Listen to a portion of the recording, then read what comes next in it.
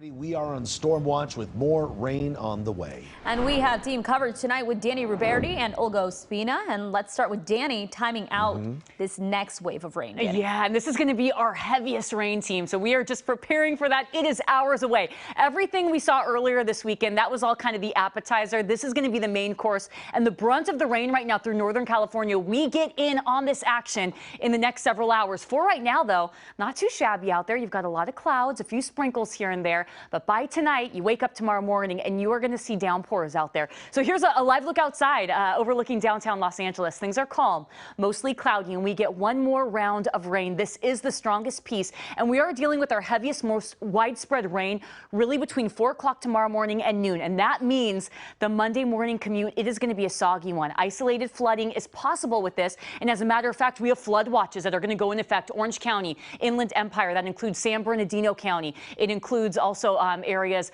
through Riverside County.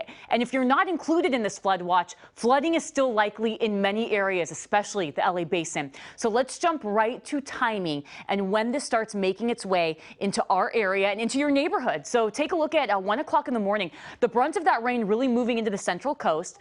And in the overnight hours, late tonight, early tomorrow morning, this is when we start to see that heavy rain moving in. This is 4 o'clock in the morning, and you can see the leading edge of the heaviest rain pushing into Ventura County, and then that starts surging into the basin. So LA County, you are getting hammered by 7 o'clock. So this is during the time a lot of you are getting out there on the roads, getting the kids off to school. Amber and Paul are going to have you covered tomorrow morning with what's happening in the morning, and Kalina is going to help you out on KCAL Mornings with the traffic because, my goodness, it is going to be a mess all across the board. You know what happens when we're dealing with this rain. And on top of that, with thunderstorms potentially moving through, this is 8 o'clock in the morning, we're going to see heavy rain in small periods of time. We could see 3/4 of an inch of rain per hour. And this is what could very easily lead to flooding on roadways. So after we get to 8 o'clock, that rain surges into Orange County, the Inland Empire. This is 10:45 in the morning. Lingering rain up in the high deserts. And we'll continue to see that rain on and off even into the afternoon time. Thunderstorms are possible until Monday night. Here's a look at some of that rain pushing into Orange County. That's late in the day on Monday. And then lingering rain showers mainly up in the mountains Monday night before we really start to dry out. In terms of how much we can see, I mean, we've already seen several inches of rain in some areas.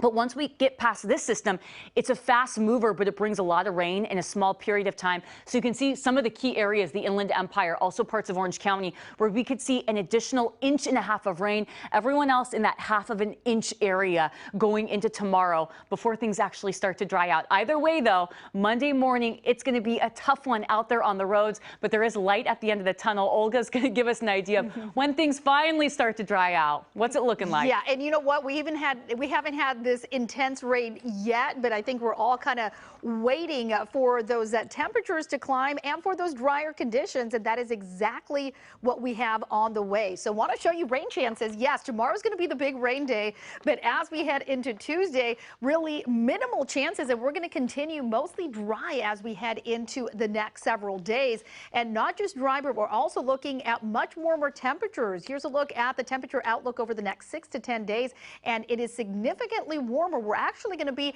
at above average numbers as we head into especially the weekend. So as we head into tomorrow afternoon, it's still going to be a cool one, upper 50s from Simi Valley into Burbank, Pasadena at 57. We have some low 60s across some areas. But as we head into the following weekend, take a look at the big changes for places like Fullerton. Mid to upper 70s on Saturday and Sunday. We have some sunshine, so above average numbers, and that's all because of this area of high pressure that's going to be building in, especially as we head into Thursday. Tuesday, Wednesday, we'll see some moderate warming, but especially as we head into Thursday and the weekend, that's when we're really going to start seeing that heat. That ridge is going to keep that rain to our north. A slight chance of getting a few light showers on Wednesday, especially for northern areas, but really most of us are going to remain dry, and warm is really the big story as we head into the weekend. You'll see it here on the extended forecast. LA, Inland, Orange County, numbers climbing into the low 70s by Friday and then into the mid 70s by Saturday. For the valleys,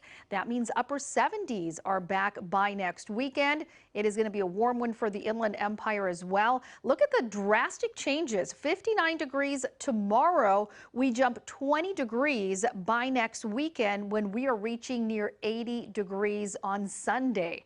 As we head towards the beaches, 62 degrees tomorrow. And yes, you too will be back into the 70s. Just be aware we are still looking at elevated surf across our local beaches. Back to you guys. Dani, Olga, thank you.